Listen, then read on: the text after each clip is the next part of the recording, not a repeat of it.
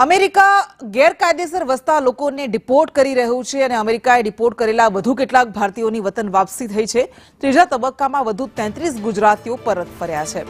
પ્રથમ ફ્લાઇટમાં 4 ગુજરાતીઓ અમદાવાદ પહોંચ્યા અને બીજી ફ્લાઇટમાં 29 ગુજરાતીઓ એરપોર્ટ પહોંચશે।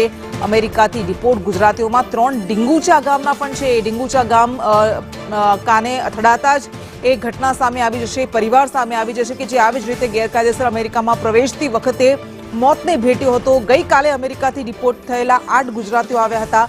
આ અગાઉ પણ પહેલી બેચમાં 33 ગુજરાતીઓની ઘર વાપસી થઈ હતી અને હવે બીજી જે ફ્લાઇટ આવશે એમાં 29 ગુજરાતીઓ પરત આવશે।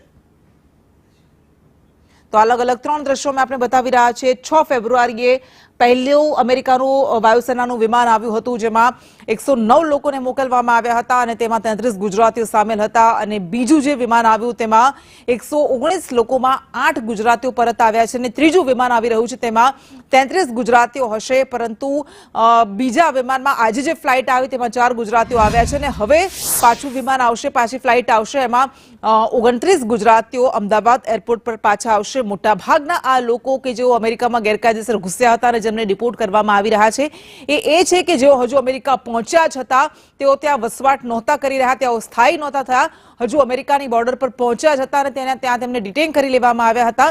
તેવા લોકોને અત્યારે શરૂઆતમાં પ્રારંભમાં ડિપોર્ટ કરવામાં આવી રહ્યા છે અને જે ગુજરાતીઓ અત્યાર સુધીમાં ડિપોર્ટ કરવામાં આવ્યા છે મોટાભાગના ઉત્તર ગુજરાતના રહેવાસી હોવાનું સામે આવ્યું છે।